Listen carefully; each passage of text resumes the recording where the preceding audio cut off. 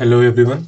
So in the last video, we did the metaphysics of Charvaka school, and in this video we will be looking at their ethics. So let's start with the ethics. In ethics, the Charvak regards sensual pleasure as the summum bonum of life. Summum bonum means the top priority, the ultimate thing that they strive for. So Charvaka regards sensual pleasure as their ultimate goal. Why is this the case? Because we have already seen that they reject all the values. They do not believe that there is any soul. They do not believe that there is any karma. They do not believe there is any God. There is no transmigration of soul, and hence they do not believe in the ethical concept of karma. And because we will die one day and there will be no rebirth, so why not just enjoy this life as much as possible? Eat, drink, and be merry, for once the body is reduced to ashes, there is no hope of coming back here again. There is no other world. There is no soul surviving death. Religion is the means of livelihood of the priest. All values are mere phantoms created by diseased mind. The ethics of Charvak is crude individual hedonism. Hedonism is an ethical viewpoint that prioritizes your sensual pleasure over everything else. So, if you will have to make any decision, any ethical decision in your life, you will make one in the direction which will increase your pleasures. Pleasures of the senses in this life and that too of individual is the soul end. Out of the four human values, dharma, arth, kam, and moksha, only kam or sensual pleasure is regarded as the end, and arth or wealth is regarded as the means to realize that end, while dharma and moksha are altogether rejected. Pleasure is regarded as mixed up with pain, but that is no reason why it should be required. Nobody casts away the grain because of the husk. Okay, so in Indian philosophy, as you will be studying Buddhism after a few chapters, you will see that the life is full of suffering. That is one of Buddha's four Arya Satya. So any kind of pleasure means that there is life, and wherever there is life, there is pain or suffering as well. So Charvaka school also accepts that wherever there is pleasure, there is pain, but they say that just because pleasure is accompanied with pain, it does not mean or it does not serve as the adequate reason to stop experiencing pleasure altogether. What they say is nobody cast away the grain because of the husk. Should nobody cook because of beggars? Should nobody sow seeds because of animals? So they give such metaphors to put forth their position. Rejection of the authority of Veda and the announcement of Brahman priest must have considerably helped the downfall of the Charvakas. Okay, now here we will learn about heterodox schools and orthodox schools of Indian philosophy. There are two types of schools. Heterodox schools are ones which do not believe in the authority of Vedas, whereas orthodox schools believe in the authority of Vedas. So in heterodox schools, we will study about Charvak, which we have already done.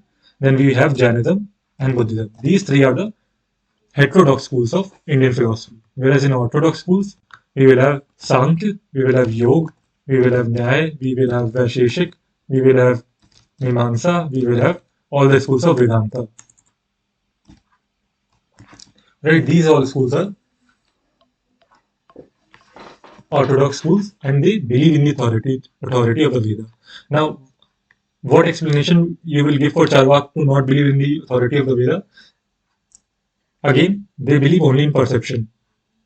And the authority of Veda, considering whatever is written in Veda as knowledge, is based upon considering testimony as a valid source of knowledge. And we have already seen that Charvaka school has rejected testimony as a valid source of knowledge. So that is why they will not believe in the authority of Veda. Rejection of authority of the Veda and the denouncement of the Brahmana priest must have considerably helped in the downfall of the Charvakas. But it is not the sole cause, since the Jainas and the Buddhists also have been equally contemptuous towards them.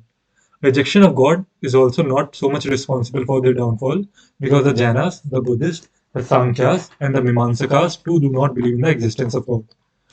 The denial of soul is shared along with materialism by some schools of Buddhism also.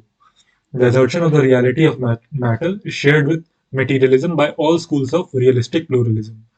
The theoretical reduction of the mind to matter also cannot be regarded as main cause to merit universal contempt that has fallen to the lot of Charvaka. So what they are explaining is not just because of, so first of all, Charvaka is one school which has been vehemently criticized by all other schools of Indian philosophy, be them heterodox schools or orthodox schools. What is the reason for that? The reason for that, the sole reason for that is not that they reject authority of Veda, because Janat and Buddha also do so. And it is not because they reject God, because a lot of schools do so. It is also not because of materialism, because a lot of schools in Indian philosophy are dualistic or pluralistic, which means that they accept the existence of matter. While there are also some idealistic schools like Advaita Vedanta which reject matter altogether. So the author is saying that all these things are not the main reason for universal contempt of Charvaka school. The universal contempt is because of their ethics. The individual hedonism, that is their ethical system, is the reason why all the schools have condemned them. The individual hedonism also has an appeal to the animal in man, and pleasure, in fact, is desired by all. The main cause, therefore, should be sought for in the Charvakas denial of all human values which make life worth living. Life without values is the animal life, not the human life. Sensual pleasure is very faint shadow of the supreme pleasure. There is a qualitative difference in pleasure. The pleasure of the pig is certainly not the same as pleasure of the philosopher. It was for this reason that later on distinction was made between crude and refined materialists. The celebrated work Kamsutra of Vatsayan recommended the desirability of pleasure, including sensual pleasure, yet regards dharma or the moral values as the supreme end of life and says that the acquisition of pleasure should be in conformity with dharma. Vatsayan recommends a harmonious cultivation of all three values of life: dharma, arth, kam. No value should be rejected, suppressed, or even looked down.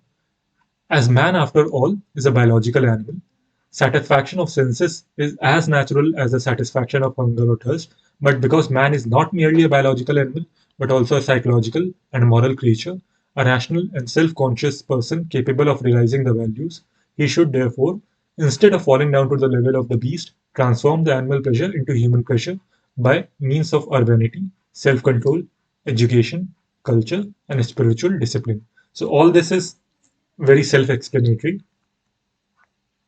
Mm, yeah, you can know about this thing. It is written that there is a qualitative difference in pleasure. The pleasure of pig is certainly not the same as pleasure of philosopher. Such kind of notion you will come across again when you will be reading utilitarianism in ethics. There you will see that Bentham.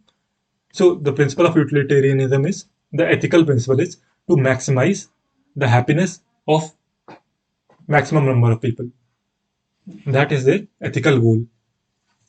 And there also a distinction will be made between qualitative distinction will be made between happiness of refined happiness and lower level happiness, and the two philosophers who will be making those differences will be Bentham and John Stuart Mill. Okay, so that was just for your reference. When you will read ethics, you will come across that. Yes, so this page was very self-explanatory. There will be no direct question on ethics. What you can do is you can use what you have read in ethics as conclusion of your questions in Charvaka school. Of course, that will depend on what the demand of question actually is, but you see that there is a logical flow, right? From epistemology, we went to the metaphysics, and from epistemology and metaphysics, we derived the ethics of this school. So if you can show this such kind of logical flow in your answers as well, it will reflect well. Okay, so we are done with now. In the next video, we will be looking at the PYQs of the Charvaka school. Thank you.